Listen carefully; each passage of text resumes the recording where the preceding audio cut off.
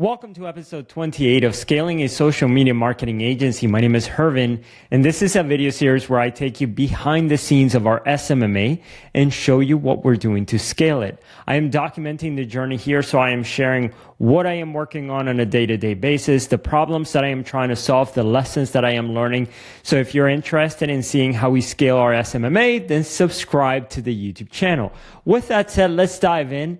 Let me share with you what I worked on today. So today I did two things. One, I had 2 sales calls, 2 potential new clients. One of them was definitely a bad fit. This is somebody who I've already spoken to a few years ago, maybe 2 years ago or something like that. And I just remember it being a bad fit. I can't remember exactly why, but today I spoke to them again. They seemed to they resurfaced because they wanted our help with generating more leads.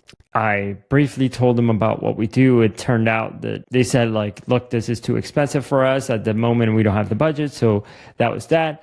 And then the second business owner that we spoke to they're also about to be business owners. They're opening up in July. And so they're kind of considering being a brand new studio.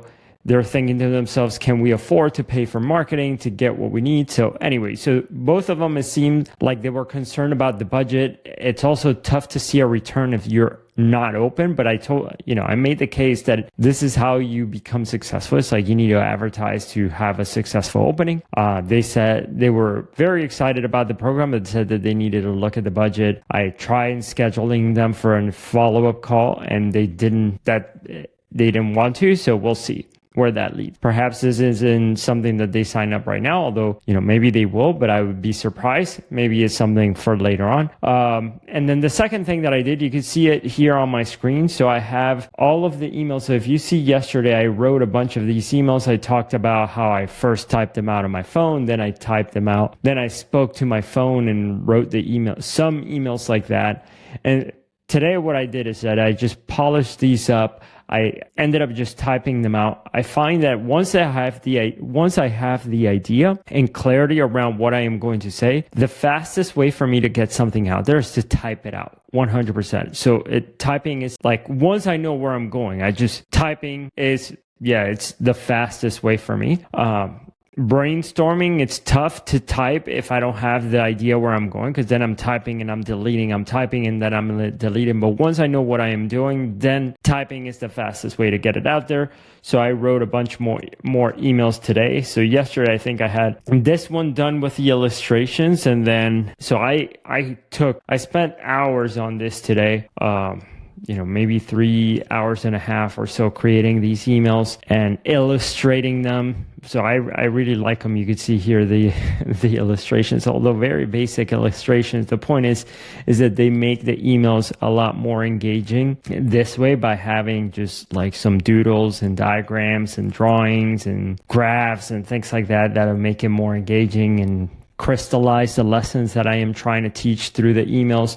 So the goal here, so I've got all of these emails now done. These emails are going to be added to the long-term nurture sequence. So I created this, which, by the way, the takeaway here for me, one of the things that I always observe for myself is what kind of work am I doing that fills me up with energy, and what kind of work do I do that drains me? Creating these emails, thinking of the idea, quickly typing it out, or quickly creating an outline for the idea that I had. It's here's what I want to say, what kind of pictures would go well with this, and drawing them out and then type it out, completely typing out the email. That was fun for me. So creating these emails were really fun. And that's, if you struggle with procrastination and you want to hack a way to be more productive, try and see if there's a way to make the work that you have to do more fun, which is what I tried doing here, just by creating all of these fun, silly illustrations. I ended up cranking out, a good amount of emails. So now I have here emails for 9 weeks. So yeah, I'm pretty excited about that. Next, I got to work on the success story side of the emails, which I'm probably going to get done with ChatGPT. And once I have all of the emails ready, then I'm going to need to assemble them inside Studio Hub to set them up. And then the marketing plan is pretty much completed from there on. Now we would have to just change a couple of tweaks in our onboarding process, and then we're ready to go to start marketing. So yeah, that's what I worked on today. I completed these emails right here. So once again, the takeaway, try and see how you can make your work fun. If you're enjoying these type of updates, then subscribe to the YouTube channel and leave me a comment below if this resonated at all. And I'll see you in the next update. Bye.